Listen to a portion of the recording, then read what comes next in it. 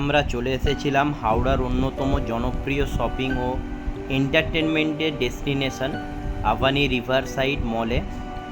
এখানে আমরা এসেছিলাম আজ দ্য মামি 2026 মুভিটার দেখতে। তো আমরা খুবই দেরি করে ফেলি আসতে এখানে। আমাদের ডাউট ছিল যে আমরা টিকিট পাবো কি না, কারণ অ্যাডভান্সে আমাদের টিকিট কাটা ছিল না। তো সেই হিসাবে আমরা তাড়াতাড়ি করে একটু যাওয়ার চেষ্টা করি।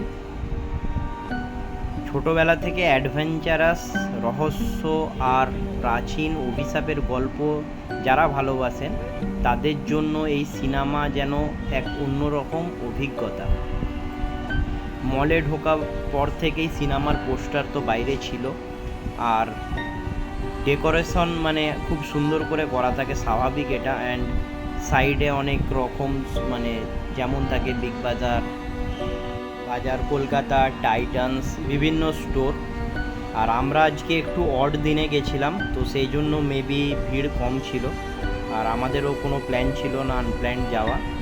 তো আমরা প্রথমে গিয়ে খুঁজে পাচ্ছিলাম না কোথায় থিয়েটারটা আছে। তারপর এদিক ওদিক দেখতে দেখতে অবশেষে আমরা সেকেন্ড ফ্লোরে খুঁজে পাই। আর এদিকে একটা জিনিস ভালো, মানে ডিরেকশান দেওয়া ছিল কোন দিক থেকে যাওয়া যাবে। তো আমরা এখানে এসে ঢুকে পড়ি।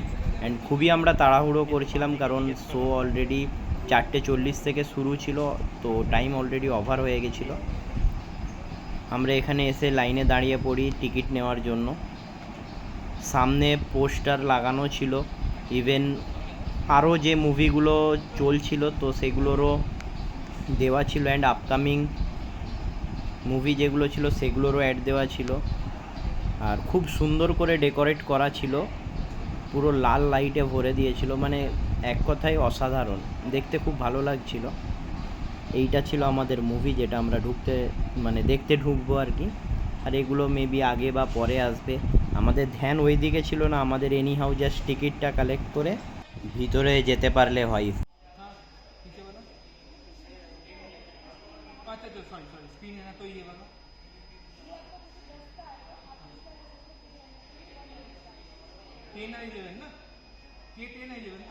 তো সেভাবে ভিড় না থাকার জন্য আমরা খুব সহজে টিকিটটা পেয়ে যাই, আর আমরা চেক করে ঢুকে পড়ি।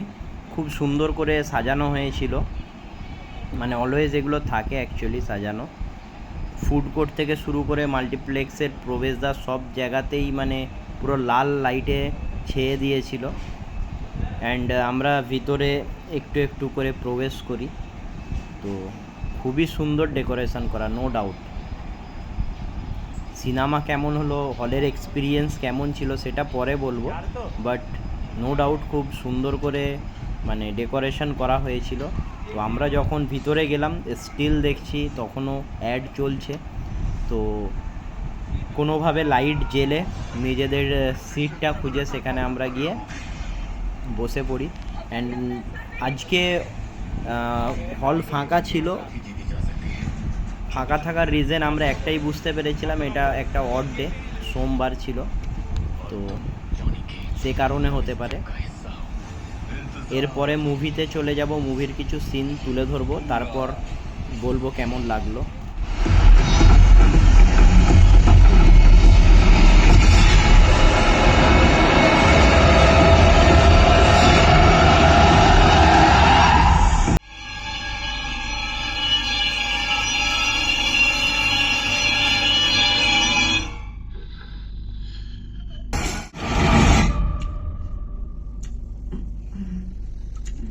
দ্য মামি 2026 সিনেমার গল্পে রয়েছে মিশরের এক ভয়ঙ্কর রহস্য, যেখানে হাজার বছরের ঘুম ভেঙে ফিরে আসা এক শক্তিশালী অভিশপ্ত আত্মা।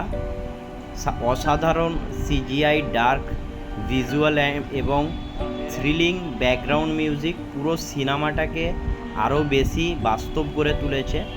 বড় স্ক্রিনে অ্যাকশান দৃশ্যগুলো সত্যিই দারুণ লেগেছে।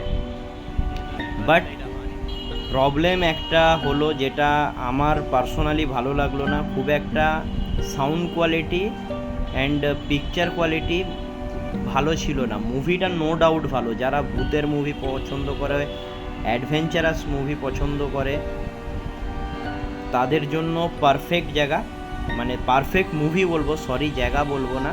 বাট পার্সোনালি মানে আমি বলবো যে হলের যে পিকচার কোয়ালিটি ছিল বা সাউন্ড কোয়ালিটি ছিল খুব একটা ভালো ছিল না। একটি হরর অ্যান্ড অ্যাডভেঞ্চারাস সিনেমা নয়, বরং একটি সম্পূর্ণ সিনেমেটিক এক্সপিরিয়েন্সও বলতে পারি।